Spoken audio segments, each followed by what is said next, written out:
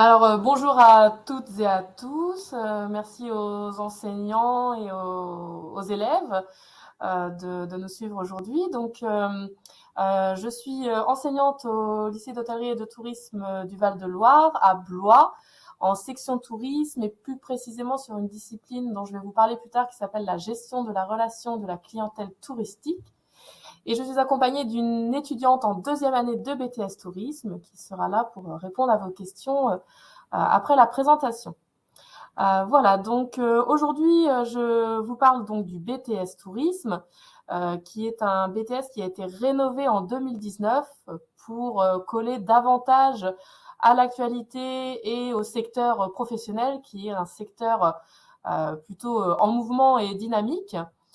Je vais vous passer une présentation et puis je vous explique au fur et à mesure et à la fin, vous aurez un temps pour nous poser des questions et on sera ravis de vous répondre. Donc, le BTS Tourisme. Le BTS Tourisme, c'est donc un BTS donc en 2 ans, qui se passe en 2 ans, en formation initiale, et donc qui est un BTS plutôt orienté commercial.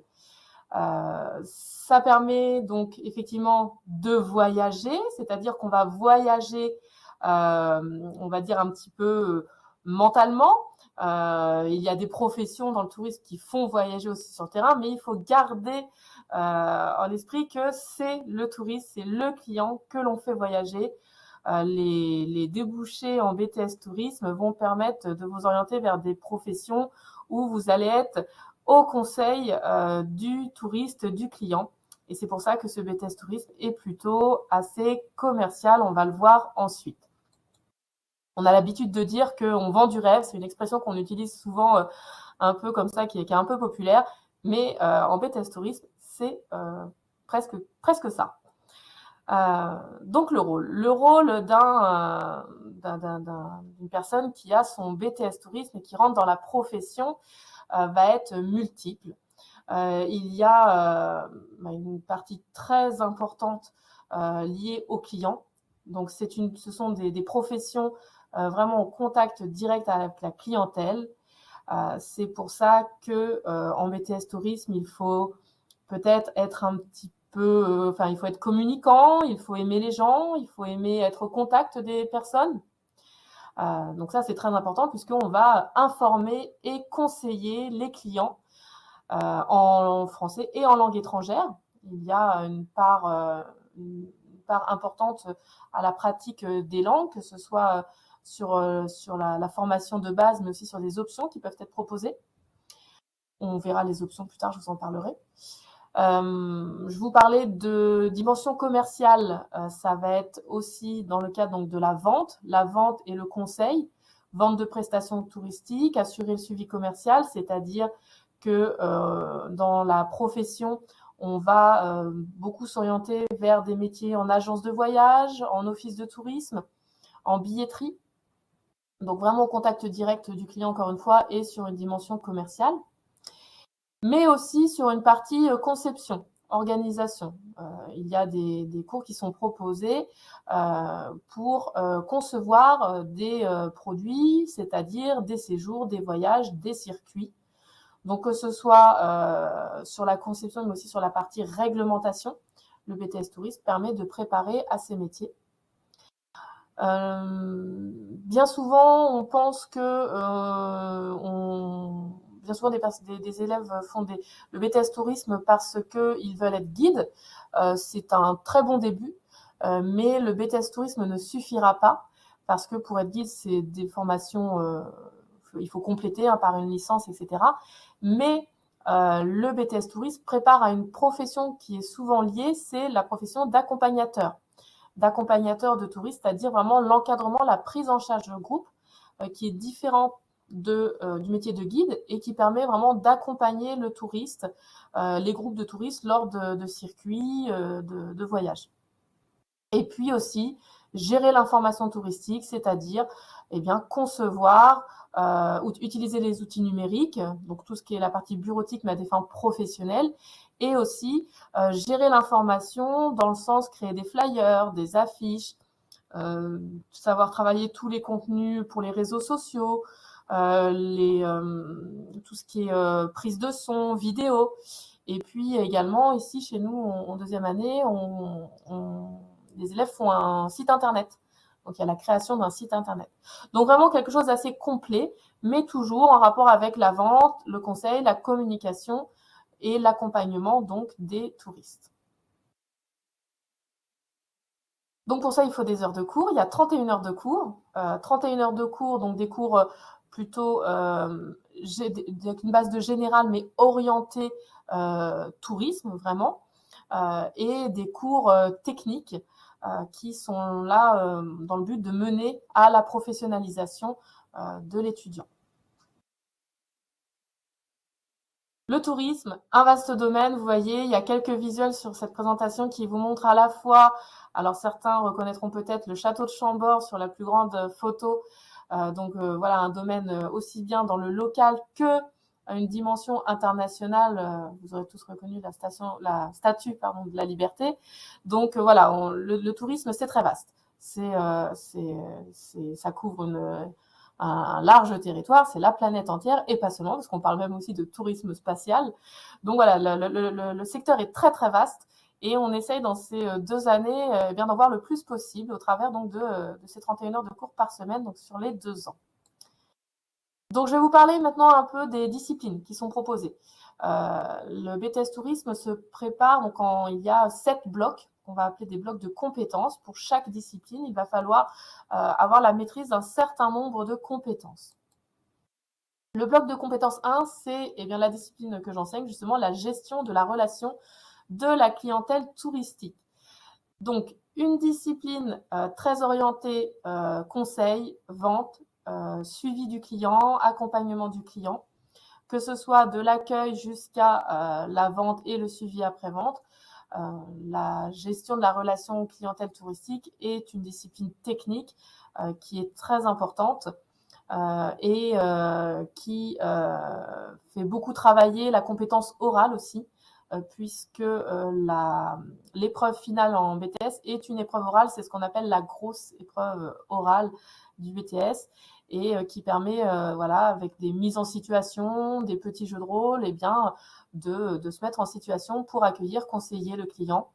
Donc c'est très orienté agence de voyage, office de tourisme, billetterie comme je vous le disais, et puis cette partie accompagnement que l'on voit dans le cadre de la compétence donc, du bloc 1, donc en GRCT, la gestion de la relation de la clientèle touristique. Le bloc de compétences 2, donc une autre discipline, donc des disciplines qui sont nouvelles hein, pour certains, parce que bien ce sont des disciplines techniques, donc on n'a pas vu dans le cursus général ou technologique. Alors sur certaines formations, les STMG par exemple, tout ce qui est élaboration de prestations touristiques, il y a des éléments qui parleront hein, en gestion notamment. Je ne sais pas s'il y a des personnes qui sont en bac pro accueil, tout ce qui va être sur la discipline d'avant, la gestion de la relation client. Là, il y a des éléments qui seront parlants, notamment sur la vente. Mais c'est accessible à toute filière, hein, même le général. Donc l'élaboration de prestations touristiques, là on va travailler sur la création de produits, la conception de produits. Ce qu'on appelle des produits, c'est organiser des circuits, des séjours, mais aussi des événements par exemple. Donc une partie technique de montage, de calcul, et aussi de respect de la réglementation, hein, parce qu'il y a une réglementation assez pointue pour tous ces produits à monter.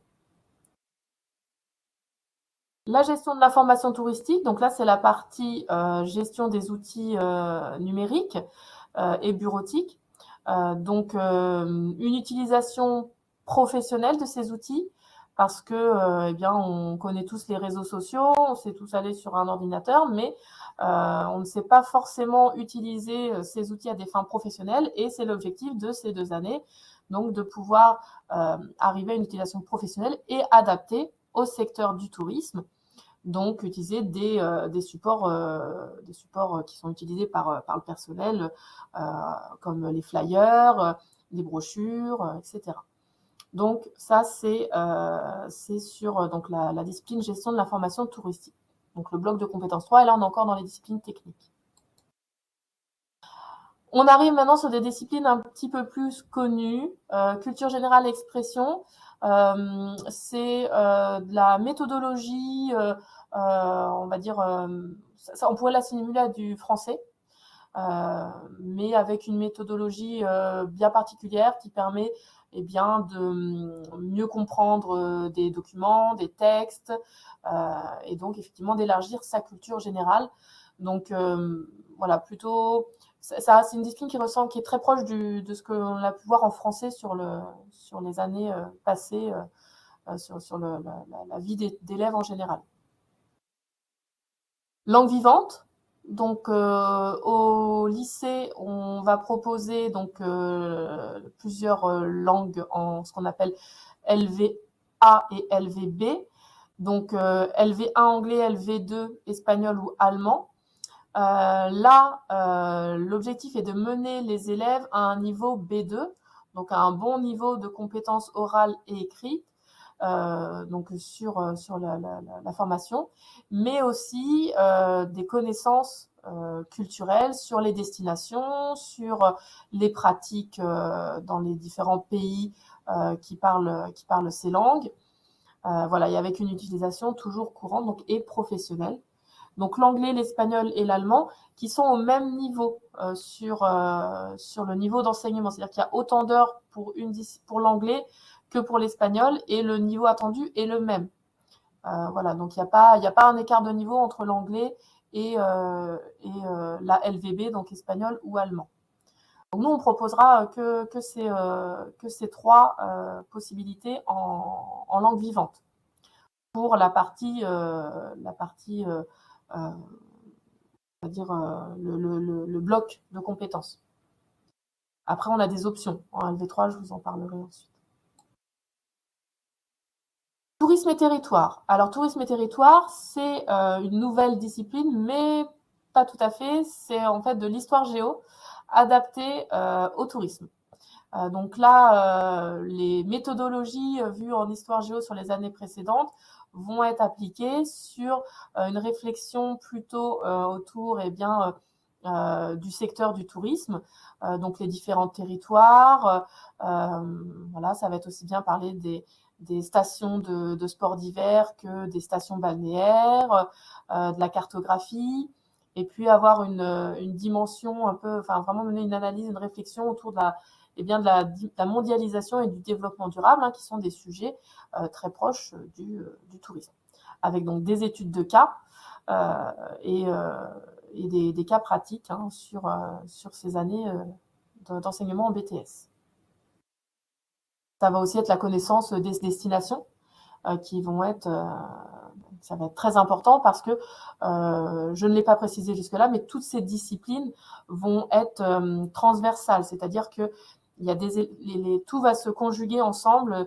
Des éléments qui vont être vus en tourisme et territoire vont servir en gestion de la relation client, par exemple sur la connaissance des destinations, et puis des éléments qui vont être vus en élaboration de produits touristiques vont servir également en gestion de l'information. Donc ça coïncide bien ensemble. Donc là, on a vu la partie cours, mais il y a aussi dans ce BTS Tourisme une dimension professionnelle qui est très importante et qui nous tient à cœur. Donc, on va avoir... alors, je vais passer là-dessus. Je n'avais pas vu cette slide, désolée. Je passe. J'aurai l'occasion d'en parler peut-être plus tard s'il y a des questions, mais je passe pour l'instant. Là, ce que je voulais vous dire en particulier, c'était donc des heures de travaux dirigés qui sont menés donc 3 heures par semaine, ce qu'on va appeler des ateliers de professionnalisation. Les ateliers de professionnalisation, donc c'est 3 heures en première année et 3 heures en deuxième année par semaine, qui sont entièrement consacrés à l'application des connaissances et des compétences qui sont vues dans l'ensemble des cours. Et donc, on va en co-animation, c'est-à-dire qu'il y a plusieurs enseignants sur ces ateliers de professionnalisation sur le même créneau en même temps, et on va pouvoir mettre en place des ateliers pour concevoir des travaux pratiques. Donc ça va être par exemple l'organisation du voyage d'études. J'aurai l'occasion d'en parler.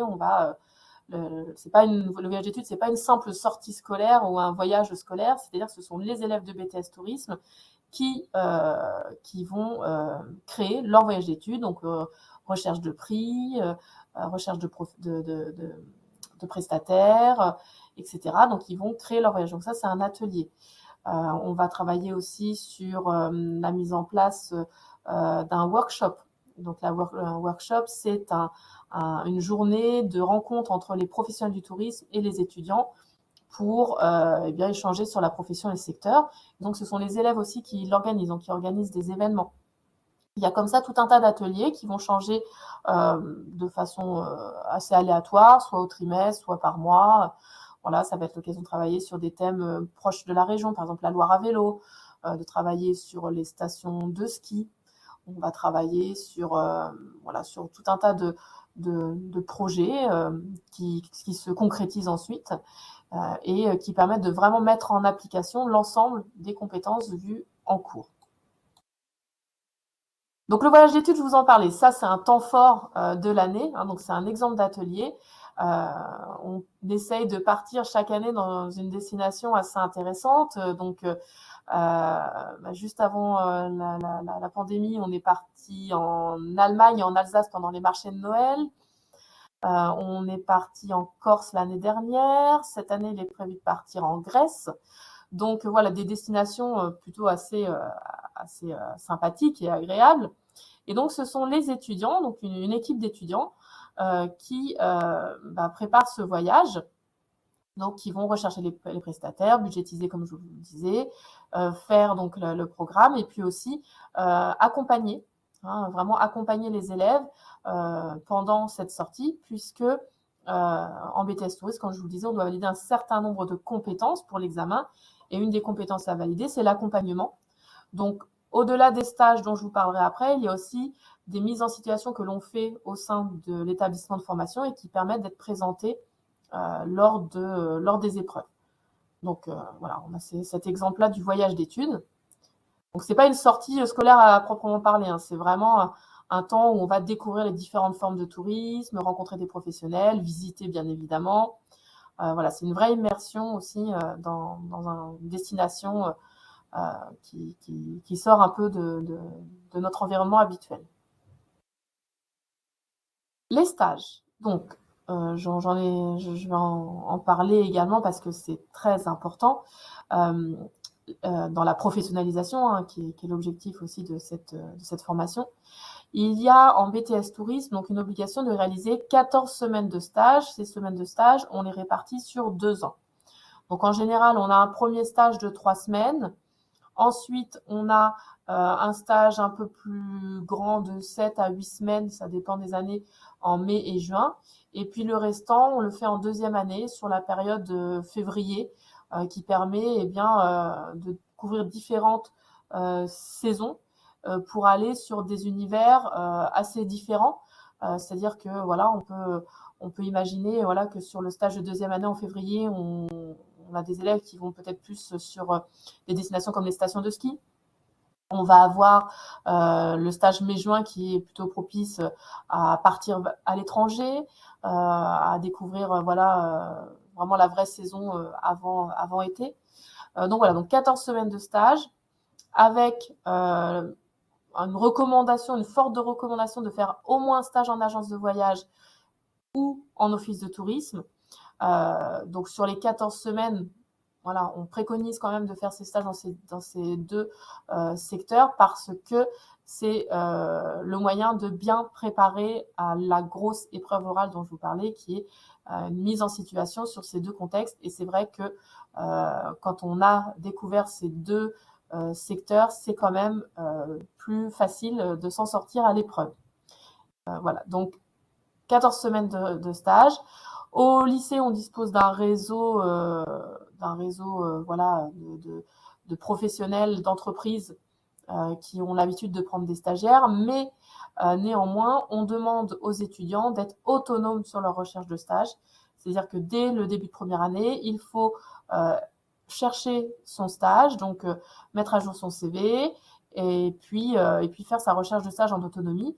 Nous, les enseignants, on est là comme référents pour aider, seconder, éventuellement donner quelques pistes avec des contacts si besoin, mais il y a vraiment une vraie recherche d'autonomie. Ça fait partie de la professionnalisation, ça fait partie voilà, du rôle de l'étudiant, hein, de rechercher son propre stage. Alors, je vous ai dit agence de voyage, office de tourisme, ça c'est la préconisation, mais il y a aussi plein d'autres secteurs. Le tourisme, je vous l'ai dit, c'est très vaste. Donc, ça peut être ce qu'on appelle donc, des voyagistes, les tour opérateurs. Ce sont eux qui conçoivent les voyages, qui vont produire des séjours, des circuits. Des services commerciaux, des sites touristiques, donc tout ce qui est château, musée, etc. Des services commerciaux d'hébergement, donc soit d'hôtels, de camping, pour tout ce qui est séminaire, par exemple. Des autocaristes, donc des entreprises voilà, qui vont proposer des séjours en autocar. Tout ce qui va être de l'ordre du transport, en fait, finalement, hein, la SNCF, le domaine aérien, par exemple dans des aéroports, auprès de compagnies aériennes. Et puis aussi les compagnies de croisière. Donc ça, c'est une liste qui n'est pas du tout exhaustive, hein. Voilà, il y a plein de lieux de stage possibles. Ce qu'il faut, c'est de faire son stage dans une structure touristique. Ça, c'est la seule obligation. Les options maintenant. Donc, on a différentes options qui sont proposées dans le BTS Tourisme. Nous, dans notre établissement, on propose les 3 options. Donc, la première, c'est la langue vivante 3, la LV3. Donc, on va proposer chinois, italien ou allemand. Donc sur du niveau débutant. Donc on peut la commencer tout à fait en première année de BTS Tourisme et poursuivre en deuxième année. Donc voilà, la LV3 marche plutôt bien, notamment le chinois qui plaît beaucoup visiblement, italien et puis allemand aussi. Hein, voilà. Donc on propose ces 3 langues vivantes hein, parce que c'est des langues qui correspondent aussi aux demandes hein, des professionnels, d'avoir du personnel qui est qualifié en langue, et notamment sur ces langues qui sont des langues où on a des clientèles de touristes. Autre option, cette option, celle-ci, elle plaît beaucoup, c'est le parcours de professionnalisation à l'étranger. C'est une option qui va permettre de découvrir les contextes professionnels des pays étrangers. La condition, c'est de faire minimum 2 mois, donc 8 semaines de stage à l'étranger. Et puis ensuite de réaliser une sorte de rapport, je dirais presque un mémoire, même si c'est plus léger, mais un rapport voilà, sur une analyse entre l'emploi, le secteur professionnel du tourisme en France et ce que l'étudiant a pu rencontrer à l'étranger. Alors là, on a pas mal d'adresses, on a pas mal d'étudiants qui sont partis sur des destinations assez sympas. Donc, on a eu la Norvège, la Finlande, l'Estonie, les États-Unis, Canada, Espagne, la Crète. Voilà, j'en oublie certainement, mais voilà, on a depuis 3 ans maintenant que le BTS, la nouvelle mouture du BTS existe, donc avec cette nouvelle option, on a réussi, malgré le Covid, à avoir voilà, des adresses assez intéressantes de professionnels dans ces destinations. Donc voilà, la condition, c'est de faire son stage à l'étranger et ensuite eh bien, de faire une analyse hein, du secteur. Autre option, projet de spécialisation. C'est une option qui va permettre à l'étudiant de réaliser réellement un projet touristique, c'est-à-dire de réaliser eh bien, une mission dans un secteur qui l'intéresse et de vraiment mener à bien un vrai travail de professionnel. Par exemple, on a eu cette année 2 élèves qui ont créé un concert dans une salle de concert à Blois. Et donc, ils ont créé donc, cet événement, c'est-à-dire qu'ils ont recherché, pris des contacts avec la salle de concert, géré toute la partie programmation, organisation, communication. Voilà, donc c'était un beau projet. On a eu aussi des marchés de Noël qui ont été faits. On a eu des conférences autour de thématiques auprès d'un musée. Donc voilà, d'autres projets, mais ce qui est important, c'est que là, il y a un vrai commanditaire, c'est-à-dire un professionnel qui va pouvoir aider l'étudiant à réaliser son projet. Cette année, on a des étudiantes qui ont des projets de faire des escape games, de travailler dans l'univers de l'œnologie, donc découvrir un domaine viticole. Donc voilà, ça aussi c'est une option qui est proposée dans notre établissement. Voilà, donc comme je vous disais, le projet de spécialisation, hein, ça permet de découvrir des secteurs qui touchent un peu plus, que les étudiants vont préférer, hein, tout ce qui est autour de l'œnotourisme, par exemple, l'écotourisme.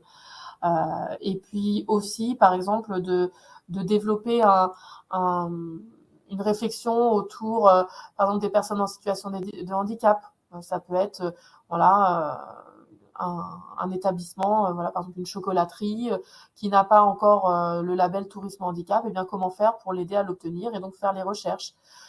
Tout ce qui est autour des labels écologiques aussi, par exemple, créer des documents qui manqueraient ou une muséographie. Voilà, donc un projet assez intéressant qui permet de rajouter à son CV surtout une dimension professionnelle assez pertinente quand on sort de BTS. Et puis de se faire du contact et du réseau. Donc l'examen, je vais passer assez vite, hein, mais voilà, sachez que l'examen, donc on a ce qu'on appelle des CCF, donc contrôle en cours de formation, c'est-à-dire que c'est un examen au sein de l'établissement et ça se passe à la fin de la première année et à la fin de la deuxième année pour ces 3 disciplines, l'anglais, la LV2 et la gestion de la formation touristique. Donc fin de première année, une partie de l'examen est en contrôle en cours de formation et aussi en fin de deuxième année. Et il y a 3 épreuves écrites, donc culture générale expression, tourisme et territoire, élaboration de prestations touristiques. Donc ça, c'est des épreuves touristiques qu'il y a donc en fin de deuxième année. Et l'épreuve orale dont je vous parlais, donc il y a une épreuve de 45 minutes qui est composée donc d'un jury, d'un professionnel et d'un professeur avec des mises en situation professionnelles. Et puis les options, hein, en fonction des options, des critères d'examen différents. Les débouchés sont plutôt vastes. Hein, donc, en sortie directe du BTS Tourisme, on peut prétendre à intégrer un de ces postes. Donc, de nombreux débouchés. Hein, donc, vous avez vu agent d'escale, animateur du tourisme, accompagnateur, chargé de promotion, agent de vente, conseiller voyage, conseiller commercial. Voilà, donc très très vaste. Donc, beaucoup de métiers. Et encore, cette liste n'est pas exhaustive non plus. Et puis la poursuite d'études, donc vers des licences pro, il y a beaucoup de licences pro qui existent, et même des licences master. Donc dans le tourisme, hein, il y a beaucoup de propositions. Quand on veut se spécialiser sur un pan du tourisme, il y a beaucoup de poursuites d'études qui sont envisageables. Donc le BTS Tourisme va permettre d'être une bonne passerelle pour ces différentes poursuites d'études. Et voilà. Donc voilà, j'ai fini de vous expliquer en quoi consistait le BTS Tourisme.